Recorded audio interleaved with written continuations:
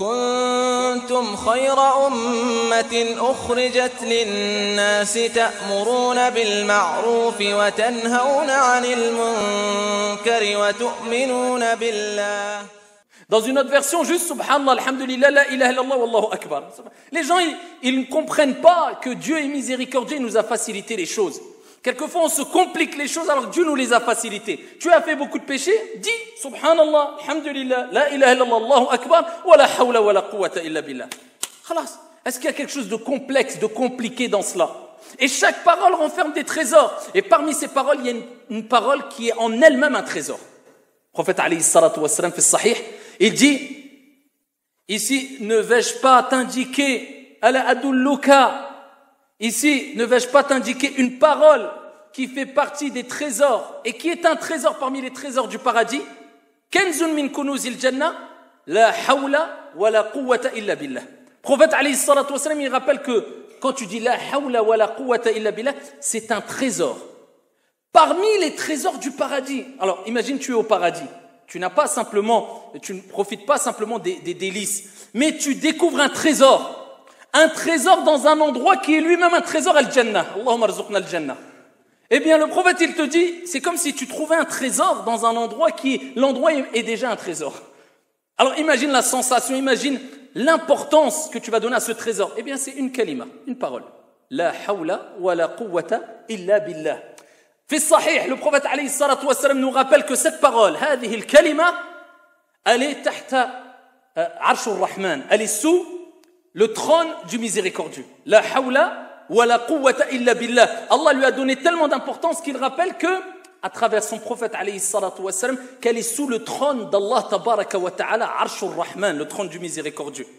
La hawla wa la quwwata illa billah. Cette parole-là change les situations et transforme les situations. C'est pour cela qu'il est demandé de la répéter énormément, surtout quand tu es éprouvé par la tristesse, par une situation difficile, une perte d'argent, une perte d'emploi, une perte de... Donc qu'est-ce que tu espères quand tu as ces problèmes-là? Tu espères que la situation change, les choses s'inversent, les choses évoluent. Donc tu veux une transformation de la situation. Eh bien, tu dis la hawla wa la quwwata illa billah. Nul changement, nulle transformation et nulle puissance si ce n'est en Allah tabaraka wa ta'ala. C'est pour cela qu'il est rapporté aussi, où il est important de citer ce hadith-là aussi. Certains savants du hadith l'ont jugé faible. Et d'autres, au contraire, l'ont pris comme argument. Et pas des savants qu'on va considérer parmi des savants contemporains ou alors un grand nombre de savants qui font partie, entre guillemets, des pointures. Parmi eux, l'imam Ibn Kathir, dans son tafsir. Parmi eux, l'imam Al-Qurtubi, dans son tafsir, et d'autres. Ils ont rapporté, selon Abdullah ibn Abbas, radiyallahu anhuma, ils ont rapporté un texte où un compagnon, radiyallahu anhu arda, eh bien, a vu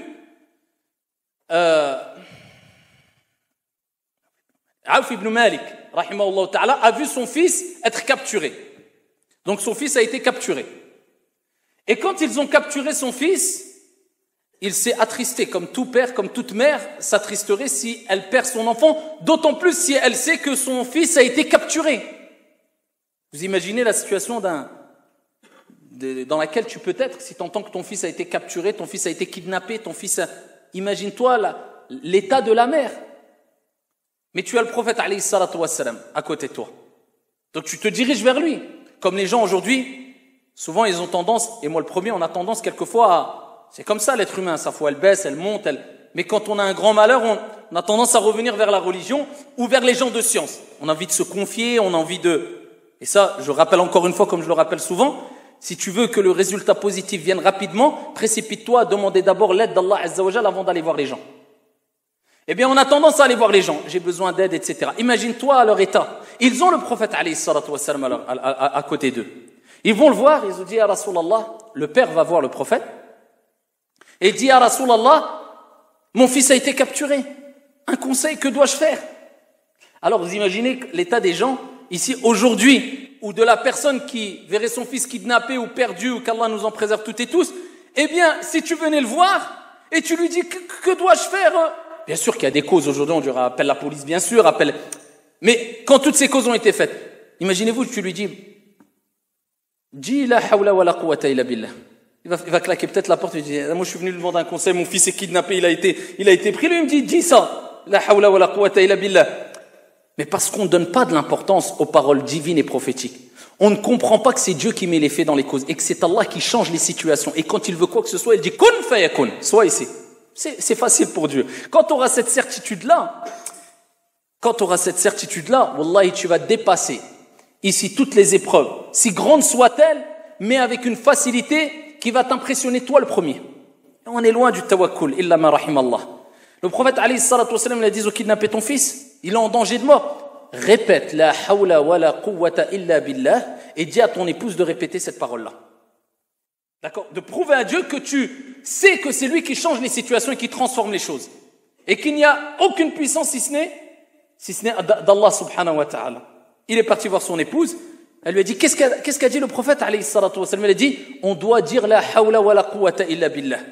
Elle a bien pris ce conseil, elle a été satisfaite, ils se sont posés et ils n'ont cessé de répéter la hawla wa la quwwata illa billah avec une bonne compréhension, une bonne prononciation et avec certitude que c'est Allah qui change, qui transforme les situations. Jusqu'à ce qu'il a été rapporté que son fils, quand il a eu un moment d'inattention venant des personnes qui l'ont capturé, a réussi à prendre la fuite. Et en plus de cela, c'était des gens qui étaient ennemis du prophète alayhi salatu wassalam et qui voulaient faire du mal et tuer le prophète alayhi salatu wassalam. Non seulement il a réussi à prendre la fuite, mais en plus prendre des bêtes avec lui. Il est rentré chez ses parents, il les a retrouvés. Non seulement sains et saufs, mais en plus avec des bêtes. Il n'est pas venu les mains vides.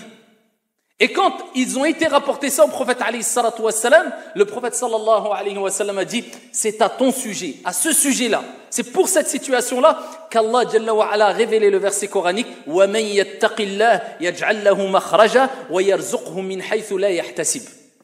Celui qui craint Dieu, Allah jalla wa ala va lui donner une issue favorable et il va lui donner sa subsistance d'où il ne s'attend même pas. Mais Allah jalla wa ala dit celui qui craint Allah, ils ont craint Allah comment? Ils ont craint leur Seigneur tabaraka wa ta'ala de quelle manière? Avec l'apparence, simplement avec du dhikr, en disant la hawla wa la quwwata illa billah et en patientant. Allah s'est chargé du reste. Allah te teste, tout est facile pour lui. Pour nous rappeler l'importance de cette kalima, qui est un trésor parmi les trésors du paradis.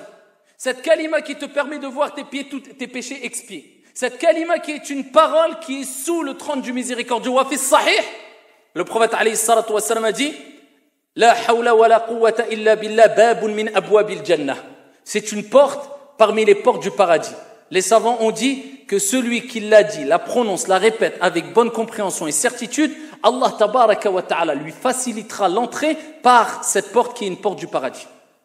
Le fait de dire la hawla wa la quwwata illa billah, c'est un trésor, c'est ton entrée au paradis. Cette formule change, transforme et te pousse aussi à la modestie, à la retenue, parce que quand il t'arrive quoi que ce soit, tu prouves que rien ne vient de toi, toi tu n'es qu'une cause. Et les êtres ne sont que des causes, mais tout vient de ton Seigneur qui peut transformer toute chose en disant soit et c'est, et il n'a même pas besoin de dire kun, c'est pour que l'être humain comprenne qu'Allah Jalla wa Ala, quand il veut quoi que ce soit, eh bien c'est automatiquement et directement. Wala hawla wala quwwata illa billah. Hada wa sallu wa sallim.